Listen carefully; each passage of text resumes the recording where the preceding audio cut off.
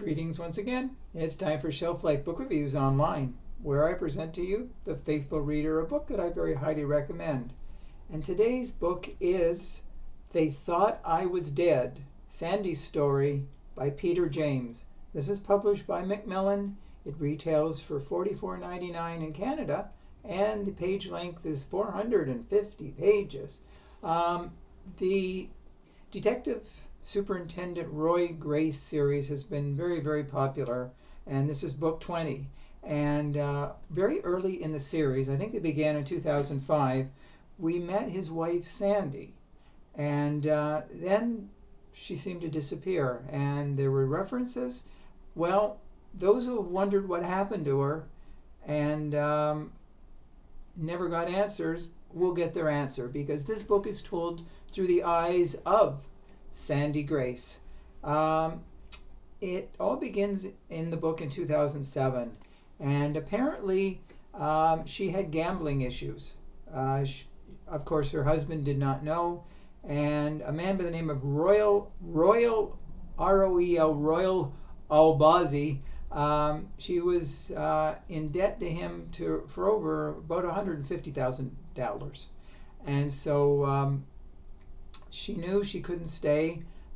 She felt that her husband might be at risk as well too, if the group that was behind the group that wanted the money got their revenge. So with the help of a man by the name of Nikos Christoforou, she gets out of the city, and she is given a new identity and a new life, where she is basically running from her problems. But she has, how she got into this, she has a gambling addiction, and she also has a drug addiction. So she is set up in a new town thanks to Nikos, but someone tells her before she leaves, be very wary of Nikos. But she trusts him, and so she leaves. She sets up in a new location, and by the way, she is pregnant, and she is unsure if Roy is the father. I guess she's had a few encounters with gentlemen that her husband obviously does not know about. So she is set up, and Nikos comes to live with her and take care of her. But definitely, he is not a good man. After the child is born, and the years progress, and I think when Bruno, her son, is 4 years old, Nikos starts to get very verbally and physically abusive. And so she starts to have bruises, and she starts to fear for her life with him. Now, in the meantime, Royal Albazi he has not forgotten Sandy.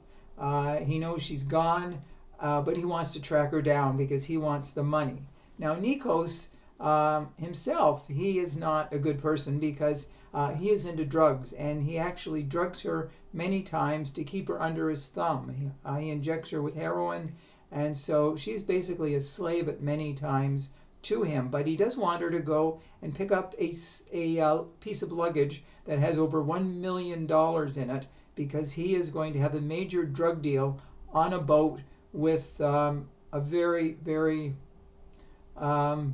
nasty and evil person and his group.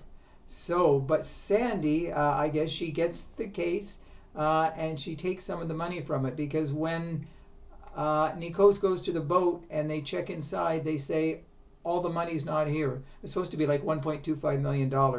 And there's a lot of paper that's put in there to masquerade as money. So he knows that Sandy has taken some of the money, and the people on the boat aren't too happy with Nikos, so he does not make it off the boat alive. And when his body goes missing, Sandy is the suspect, because she was the last person basically who was seen with him, and they think that she perhaps did something with him. Of course, they don't know she stole the money. So it's very, very complex. And when you get a book that's over about 450 pages, it definitely is complex. So we get to the stage that Sandy looks at newspapers back where Roy lives, and she finds that because she's been gone for 10 years, she is declared legally dead. And she also finds that Roy is getting set to be married because he figures his wife's gone, and so he wants to move on, and so she's kind of upset. Well, I don't know why, because she's been gone for 10 years. Why would he sit holding his breath? So anyways, he is about to get married, and she shows up at the wedding, and it's most interesting. But let's just say we do get a resolution, and for those who have wondered what happened to Sandy, we find what happened to her. It's not all a bed of roses, let's put it that way, that there's closure. It's not the closure maybe some of us wanted, but we find out Sandy's story in sort of sad ways. But Roy is ready to move on, and life does go on. So this is definitely Peter James at his finest. And those who enjoy the Detective Superintendent Roy Grace series will certainly find a lot to like in this book. So it's a lot to read, like I said, 450 pages, but it's worth every page. So if you do purchase it, please let me know if you do agree with my review. I kind of think you will. So thank you for watching. Hopefully you will be back for my next video review very soon. Until then, stay safe, stay sane, stay in touch, and I will see you.